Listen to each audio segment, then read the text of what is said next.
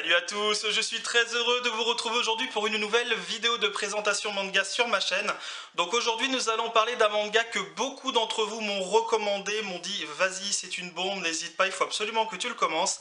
Et aujourd'hui eh bien on va dire que je vous ai écouté car on va parler de Terraform Mars. Il s'agit d'un seinen du genre science-fiction suspense paru aux éditions Kazé. C'est un manga de Yu Sasuga avec les dessins de Ken Ichi Tachibana. Sachez qu'au Japon la série comporte 16 tomes, la série est toujours en cours. Et concernant la France, nous en sommes à 13 tomes, le 14e tome paraîtra le 4 mai 2016. Alors dans cette aventure, eh bien on va aller tout simplement dans l'espace et dans la conquête spatiale de notre chère petite planète rouge, donc Mars bien entendu. Donc en fait nous sommes dans l'an 2599 et les hommes depuis plus de 500 ans sont en train de terraformer la planète Mars pour qu'elle soit tout simplement habitable. Donc c'est-à-dire qu'ils font, alors par un système assez précis que vous allez découvrir dans le manga, pour tout simplement réchauffer la planète, mettre de l'oxygène, ce genre de choses, ainsi de suite.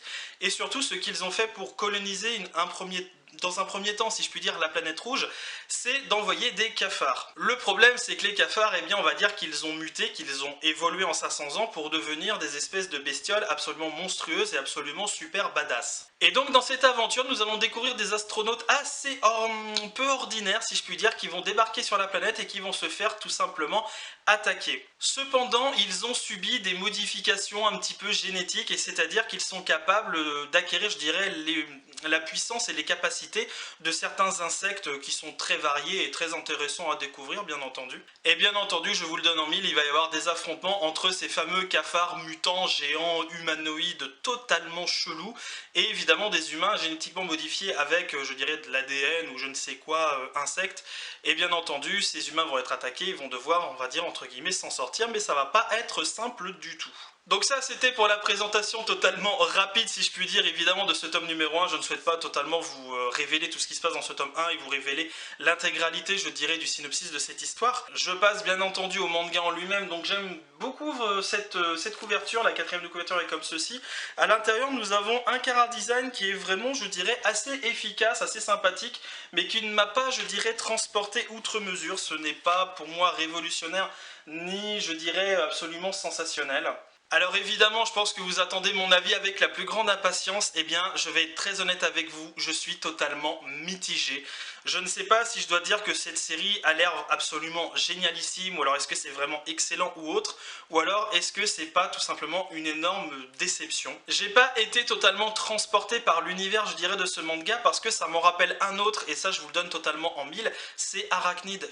J'ai eu l'impression en fait de découvrir Arachnid dans l'espace dans 500 ans. Ça peut vous paraître totalement what the fuck ce que je dis, mais j'ai eu cette impression là. Alors évidemment la différence c'est que les hommes n'ont pas des compétences, je dirais, d'insectes comme dans Arachnid où c'est un petit peu inné et ils s'entraînent à se battre pour ça et ainsi de suite, où là ils doivent se faire des injections pour avoir ces fameux, je dirais, ces fameuses mutations génétiques.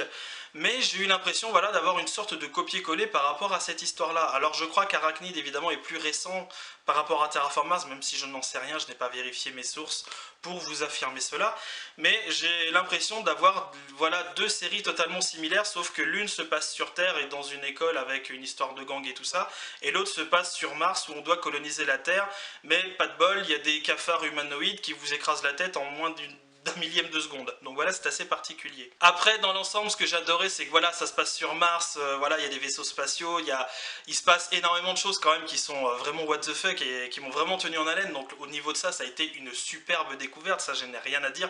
J'ai dans un sens vraiment apprécié ma lecture, mais après, ce que j'ai découvert ne m'a pas forcément convaincu. Après voilà, je suis un petit peu bizarre, ce n'est que mon avis personnel. Bref, pour tous ceux qui sont fans de science-fiction, de vaisseaux, d'aller sur Mars et que c'est un petit peu what the fuck, c'est vraiment une série que je peux totalement vous recommander, que j'ai évidemment apprécié, je ne vais pas vous dire le contraire.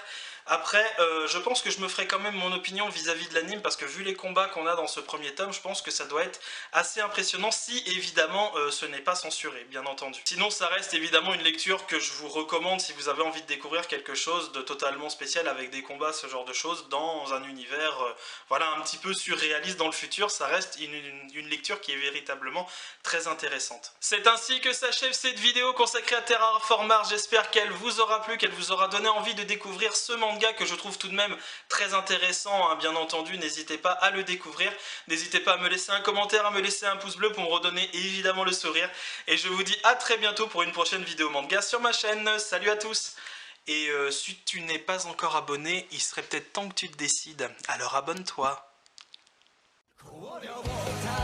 新世界悪魔が